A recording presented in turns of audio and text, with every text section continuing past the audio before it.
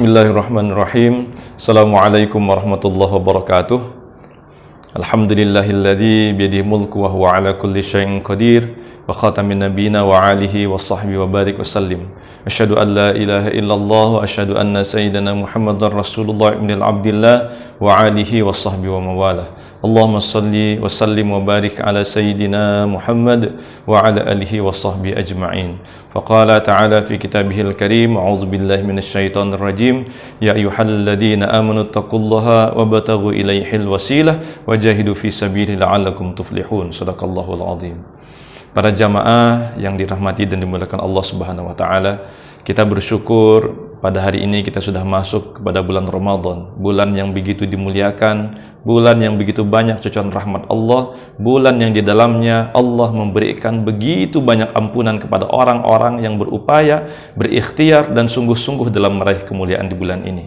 Sehingga kami tidak henti-hentinya dan tidak bosan-bosannya untuk mengingatkan kepada kita semua bahwa bulan ini adalah bulan yang harus kita raih kemuliaan, kemenangan, dan kita maksimalkan untuk mendekatkan diri kepada Allah Subhanahu wa taala.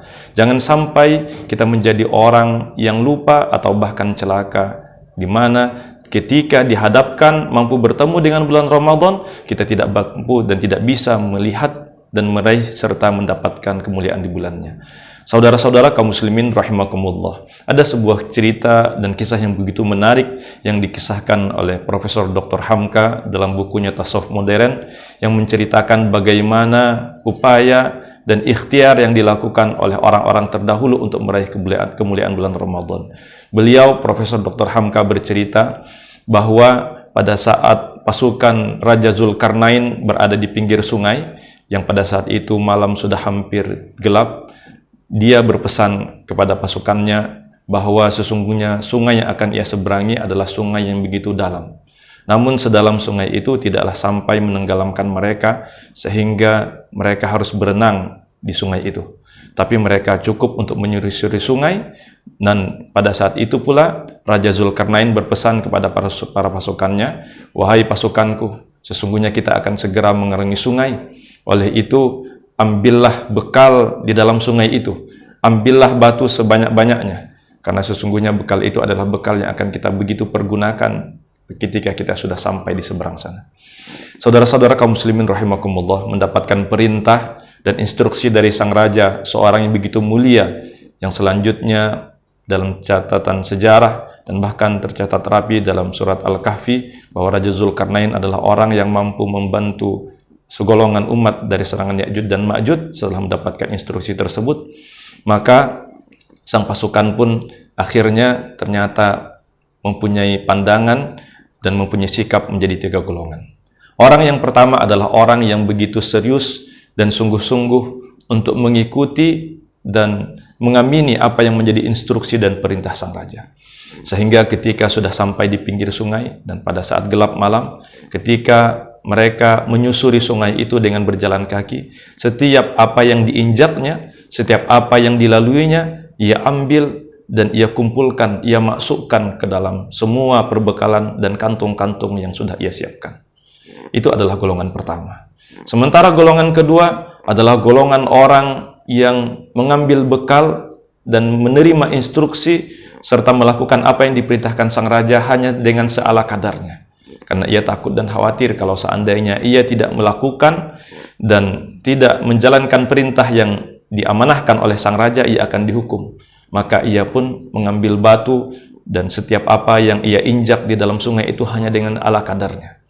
Kemudian golongan yang ketiga adalah golongan yang hanya sekedar atau bahkan menganggap bahwa batu di dalam sungai tidak ada bedanya dengan batu yang ada di seberang sana.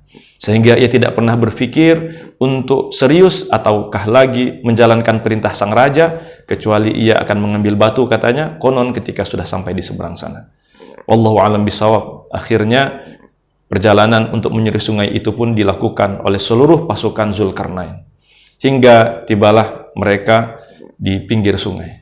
Kemudian sampailah perjalanan itu keesokan paginya.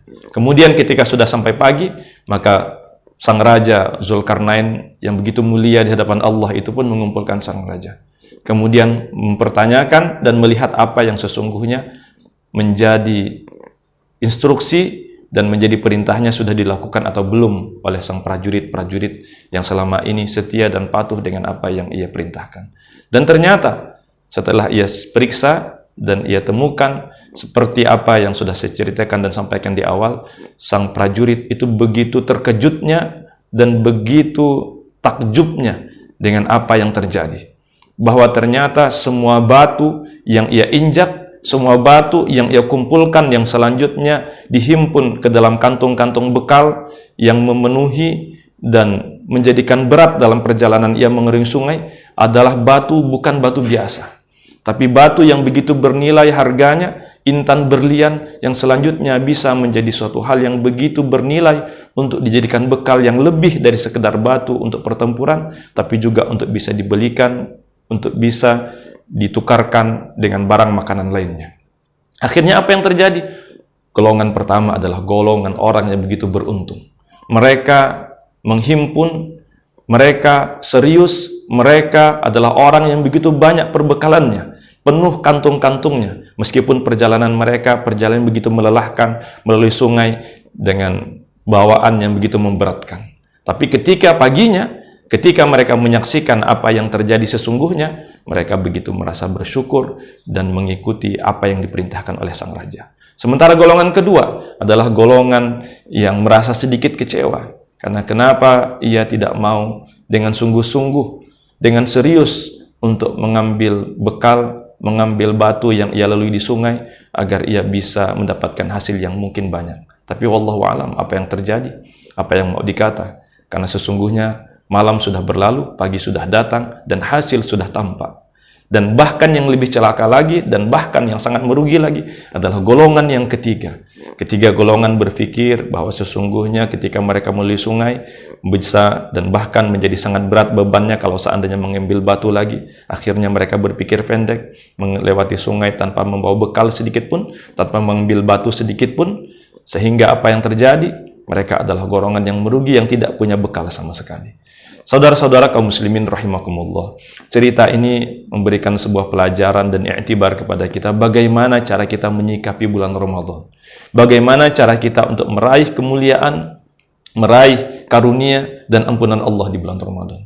Kalau seandainya kita berpikir manusiawi, mungkin bulan Ramadan adalah bulan yang begitu melelahkan, di mana kita diwajibkan puasa di siang hari, memperbanyak ibadah atau bahkan begadang di malam hari, sehingga barangkali di antara kita banyak atau bahkan sebagian merasa kurang tidur atau kurang istirahat. Atau mungkin di antara kita beranggapan bulan Ramadan adalah bulan yang mungkin adalah bulan yang menjadikan kita begitu capek dan melelahkan melewatinya.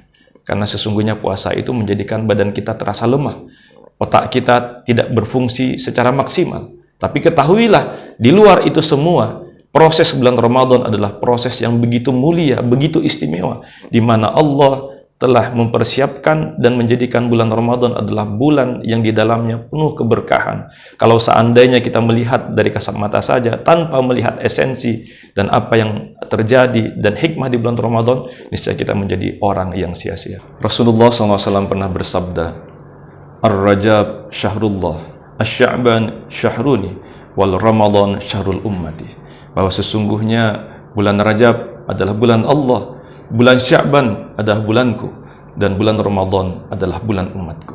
Sehingga sepantasnya lah kita untuk meraih kemuliaan, keutamaan di bulan Ramadan. Karena sesungguhnya bulan Ramadan adalah bulan di mana tempat kita untuk meraih keutamaan, memaksimalkan ibadah kepada Allah Subhanahu wa taala agar menjadi insan-insan bertakwa. Allah Subhanahu wa taala berfirman, A'udzubillahi minasyaitonirrajim, ya ayyuhalladzina amanu kutiba alaikumusiyam kama kutiba alal ladzina min qablikum la'allakum tattaqun.